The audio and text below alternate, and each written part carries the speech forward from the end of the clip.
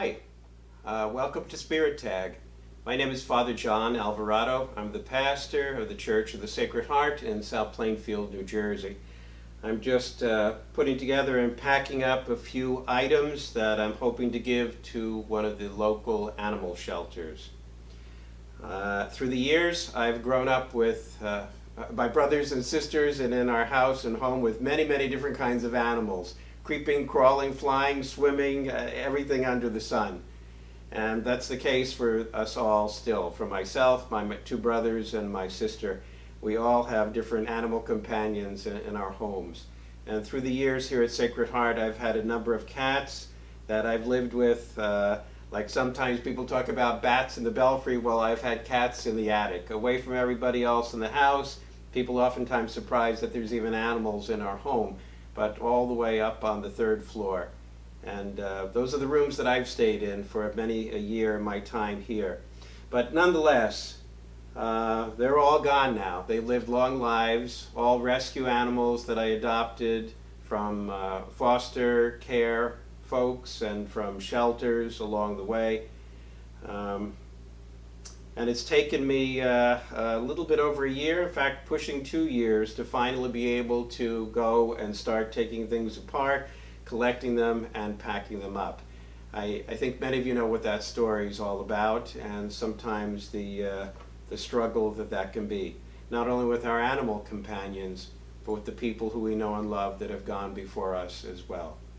Now, that's a topic for another discussion, and if you're interested in tagging me for that, we can talk about that as well, both with grieving the loss of a loved one, or in particular of an animal companion.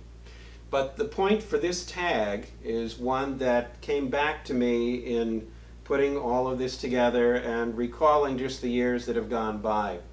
They've lived long, healthy lives for the most part until the end.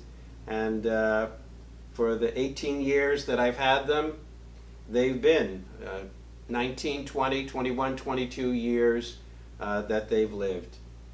And in the course of it all, reflecting on when it is I adopted them, the circumstances, and even going back to some of the photos, but remembering the process, going to these different places and having all these forms to fill out, all these questions that I was asked. Why do you need to know this about me? Why do you need to know this about the house that they're going to live in? And I realized along the way, for the people who were fostering these animals and those who were caring for them prior to my adoption, this was very important, to know that they were going to a good home. Not only that the structure was something that was safe and secure, but so was the person, mentally, physically, and really at the depth of it all, spiritually as well. It got me to thinking about what I had to go through for that, and questions that some of you have asked me as we're beginning to find ourselves coming back into church again.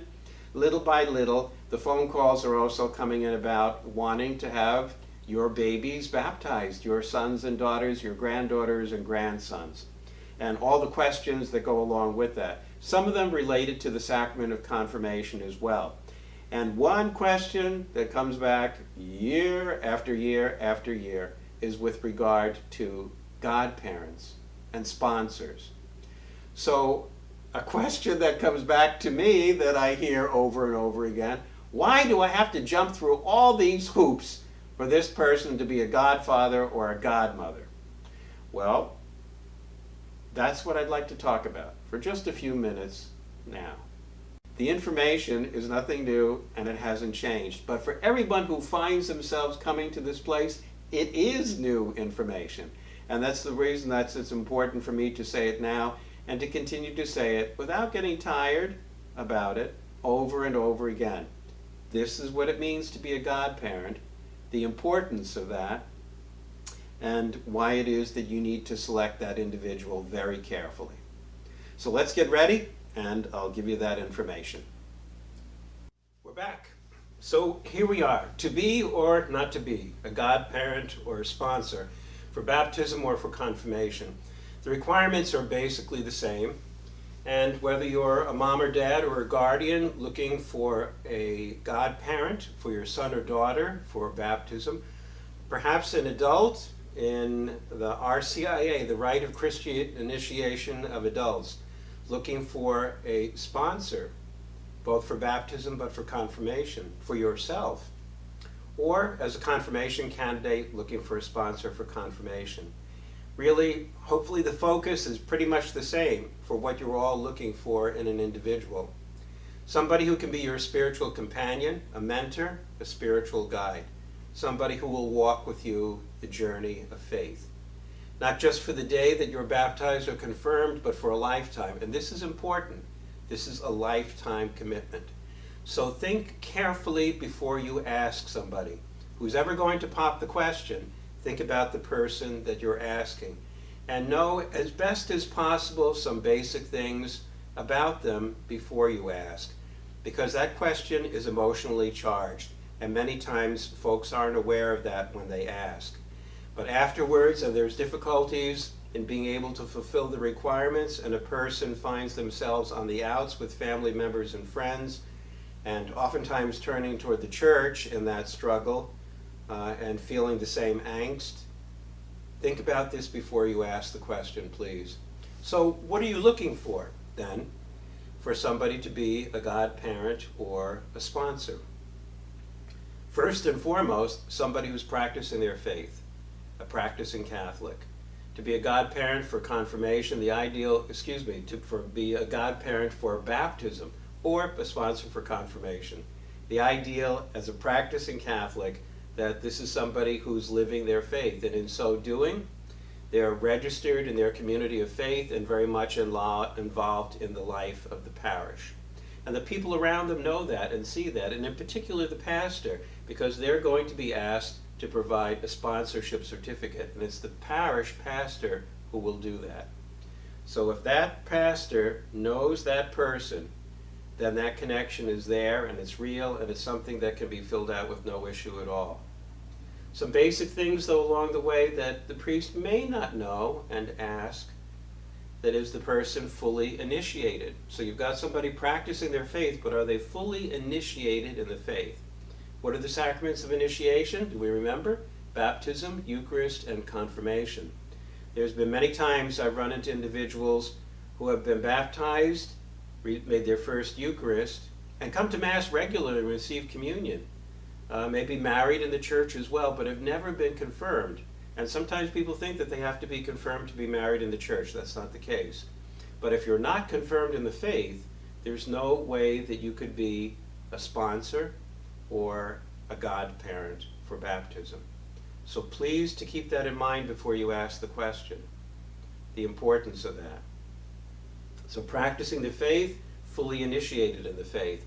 If they are married, that their marriage is recognized as valid in the church. If they've been civilly married or have been divorced and remarried outside the church, that's another situation, unfortunately, that puts them outside of the realm of the possibility of being a sponsor, at least at that moment, a sponsor for confirmation or as a godparent. Let's come back to that, though, in a little bit. At least at that moment, it puts them outside of that circle. Now, sometimes I have people ask, my aunt is a practicing Catholic. She goes to Mass every single day, but she was divorced 20 years ago, and I guess she can't be a sponsor or a godparent because she was divorced. Well, I mean, if she never remarried, and she's doing everything she possibly can and has been to lead a good Christian life, and you know that, she sounds like a perfect individual to ask to be a sponsor or a godmother. So to think that through as well. Divorce is not the issue, it's what happens afterwards. Okay, if you're remarried outside the church, that's a different story. So we continue on then. What else is involved? You have to have at least one practicing Catholic as a godparent for baptism. At least one practicing Catholic. So what about the other? Because the ideal is to have a godfather and a godmother, but only one is required. Either. So what about the other? If it's only one practicing Catholic, can I have a non-practicing Catholic? You're asking for somebody to witness to the faith. walking the walk, not just talking the talk. If somebody is not practicing their faith, this is not the person in that moment to be asking to be a godparent or a sponsor. Now, you may have friends who are Christian in other mainline Christian churches, practicing their faith and their tradition and affiliation, on fire with the Spirit and with love for the Lord. This individual, if you choose to ask him or her, can be a Christian witness along with that practicing Catholic. They don't have the title of godparent specifically, technically, because they're not Catholic, but there you are, your two witnesses, a godfather and a godmother, basically with those titles. But this is what it is that they're offering for you personally or for your son or daughter. That witness to their faith and trust in Jesus Christ as their Lord and Savior, and living that faith each and every day. Again, this is a lifetime commitment. It's not for the day, not for the moment, but for an entire life. So you're asking somebody who's going to be able to be around, not just there on the day of. Somebody who may be a close family member, a relative, a friend. This is who you're looking to do. This is somebody who, in the tradition of the family, is always the godmother or the godfather, but now has moved to the other side of the country, or maybe in another country on the other side of the world. Family members hardly ever see this individual anymore. You're looking for somebody who's going to be present. This is important through the major events of somebody's life and all their ups and downs, twists and turns. Somebody who will be present and witnessing and inviting you as a witness, walking together in faith.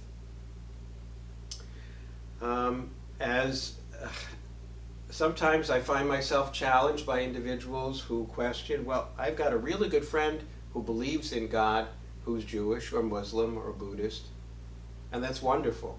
And what it is that you can share together in faith, in trust, in a loving and merciful God. But remember what it is you're asking of this individual again, as a godparent or as a sponsor, to witness to their faith and trust in Jesus Christ. For people who are not Christian, this is not something that they're able to do. It's not in their tradition, it's not in their faith, worship, and practice. And as a matter of justice, please, for their sake, this is not the question to ask them, because they'll know how important this is to you and to your family, and the privilege that it is to be asked, and they'll want to do everything that they possibly can to fulfill it. But they know that this is absolutely impossible for them to do, and the pain and the struggle that will involve. So please, again, to think through carefully before you ask somebody that question. Now, here's the flip side of the coin with those individuals who maybe are Catholic but not practicing their faith, who haven't been to church in a long time, maybe who were married civilly or divorced and remarried outside the church. This is an opportunity for you and for them. A difference that you can make in their lives, and in the process, the difference that they'll make in your life as well. This might be an invitation that you can extend to them. I'd like you to do this, to be this, for your niece, for your nephew, for your granddaughter, your grandson. But I know that there's issues that may be problematic with meeting the requirements. Is this something that you might be interested in pursuing and questioning? That maybe your marriage can be validated and recognized within the church sacramentally? That maybe, would you consider, come on back to church and back to the practice of the faith? And to do that gently, but extend the invitation. And if they respond to that in a positive way, well, then maybe, just maybe, this is something that with a little bit of time and prayer, that this might be a wonderful end result. And for somebody who's not confirmed as an adult, maybe to come back, and usually with the program of instruction that's involved with that, to be confirmed as well. But not as a matter simply that, oh, I can be this person's godparent. No, that this is something that they're doing for themselves, and in turn, in doing that for themselves, their witness that they're doing and sharing with and for you as well. So that's pretty much the basic requirements. We're not looking for somebody to be perfect, believe me, but we are looking for somebody who's living their faith and who's doing that in simple ways, faithful ways each and every day. This is the person that you want for your children. This is the person who you want to walk with you in your spiritual journey. So if you have additional questions regarding this, please to give a call or send us an email. There's plenty of information that's out there as well, not just in what I'm sharing here. None of this is new information, and it's not something that's been changed over the years. This has been pretty much the same thing for many, many centuries. Again, it's not impossible, but the possibilities are limitless. And what it is that we can do, the doors that we can open, we're not closing and we're not driving people away. We're not sending people out of the church. The invitation for us is to come forward, to come and follow in the footsteps of Jesus, to do and to be the best that we can each and every day, and to be that witness to the world. There's the invitation extended to you, even as you intend to extend that invitation to somebody else. So think carefully about the question, and if there's things that you know that maybe would require a little bit repair, well, maybe you can be the instrument of doing that repair. And to extend the invitation, gee, would you like to speak with our pastor or your parish priest? And maybe this is something that we can work on together. So there you go. There you go. God bless you. Watch for us again on SpiritTag. And please, if you have questions that you'd like to ask me or that I can pass along to others and get those answers for you, I would love to be able to do that. Go in the peace of Christ and tag, you're it.